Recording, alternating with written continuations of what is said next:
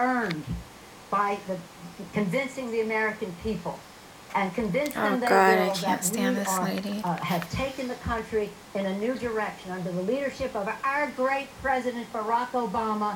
We have taken the country in a new direction. We are not going back to the failed policies of the past. And why do you keep passing failed policies? Thank you for being part of that fight.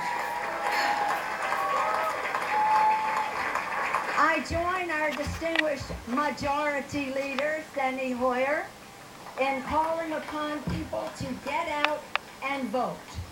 Can't you get any more Botox? Seriously. As people are walking precincts, every step they take advances agenda to improve the lives of America's working families. Let's go out there and continue to fight for great Democratic victory. Thank all of you. You mean great Democratic loss, lady? Haven't you been watching the polls? No, that's Nancy Pelosi, the Speaker of the House, at least for now. We'll see if she's still the Speaker of the House when the new Congress is sworn in. Not for long. Right now, the Democrats face an enormous struggle in maintaining that majority in the House of Representatives. The Republicans need a net gain of 39 out of the 435 races in the House of Representatives. If they get that net gain of 39, Nancy Pelosi will be the former Speaker of the House. John Boehner will be the next Speaker of the House, the long-term Republican congressman from Ohio. Let's take a look at some of the votes that are still coming in. All the polling stations in Florida will be closed at the top of the hour, but right now with 25% of the vote in, many of the polls closed in parts of the state at 7 p.m. Eastern and almost an hour ago. Right now, Marco Rubio is significantly ahead with 25% of the vote in. He's got 51.1%. to Charlie Crist, 28.4%. Kendrick Meek, the Democratic candidate, 19%. You see Marco Rubio doing very well in Florida right now. On the gubernatorial side, this is a much closer race between Rick Scott, the Republican, Alex Sink, the Democrat, right now with 22% of the vote in Florida. Rick Scott has 51.5%, Alex Sink 45%.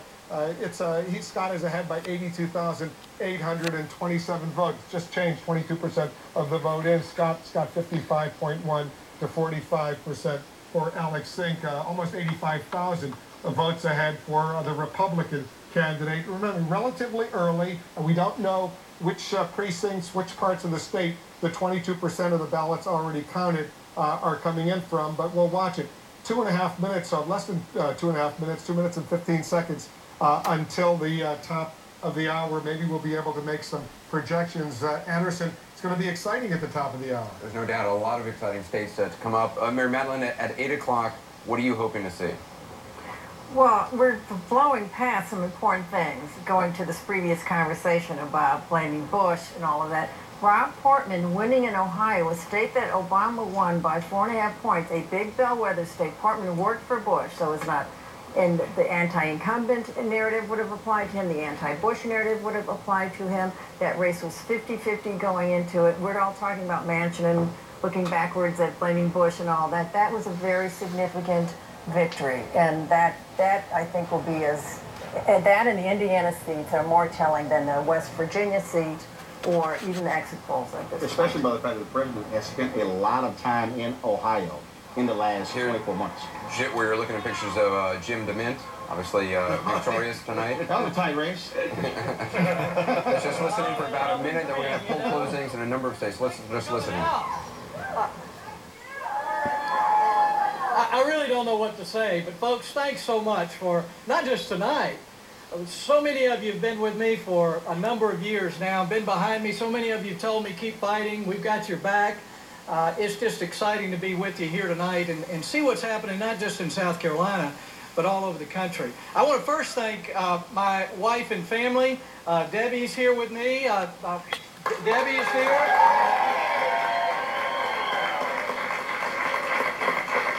Tim and Marcy and Craig and Ginger and the rest of the family, the grandkids are out in the audience here.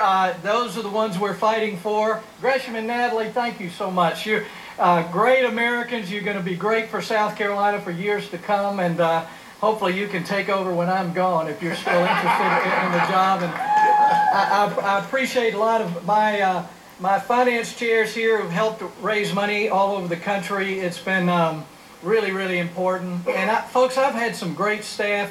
I don't know if you know them all. All right, at the top of the hour, CNN can now make projections in important races. Let's go to Delaware first. CNN projects that the Democratic candidate Chris Coons will be the next U.S. Senator from the state of Delaware. He beats Christine O'Donnell. Everyone remembers Christine O'Donnell. She's the candidate who said she was not a witch. She is not going to be a United States Senator, at least for now either. Chris Coons, we project the winner in Delaware. In Florida, CNN projects Marco Rubio will become the next United States Senator from Florida. Marco Rubio coming seemingly out of nowhere, beating Charlie Crist. And you see his headquarters. They're thrilled in Florida right now. Marco Rubio will be the next United States Senator from Florida, beating Kendrick Meek, the Democrat, Charlie Crist, the Independent. In New Hampshire, the Republican candidate Kelly Ayotte, we project that she will win. She beats Paul Hodes, the Democratic congressman from New Hampshire. This is an important race for the Republicans. They wanted New Hampshire. They will now have New Hampshire. This is a significant race. We cannot make projections in these states as of now. Important races underway. We don't have enough information on exit poll numbers or on actual ballots counted. Connecticut, Illinois, Missouri, Oklahoma, and that key battleground state of Pennsylvania. We're watching all of that. We can project in the state of Maryland right now, as expected, Barbara Mikulski, the long-term senator from Maryland. She will be reelected easily in the state of Maryland. Barbara Mikulski coming back to Washington for another 6 years. And in Alabama, another state fully expected, Richard Shelby, easily reelected in the state of Alabama.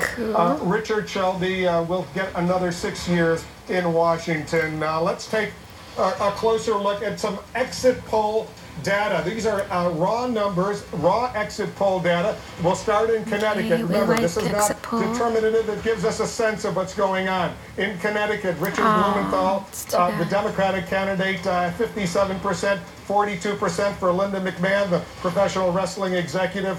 Raw exit poll data. In Illinois right now, look at how close it is based on this raw exit poll data. Alexei Janulius, 47%. Mark Kirk, 47% in Illinois as well. Doesn't get any closer than that. We'll watch Illinois. This is the seat that President Obama held until he became president. In Missouri right now, the longtime Congressman Roy Blunt is ahead in the raw exit poll data, 53% to 43%. Robin Carnahan, the Democratic candidate. We're watching Missouri.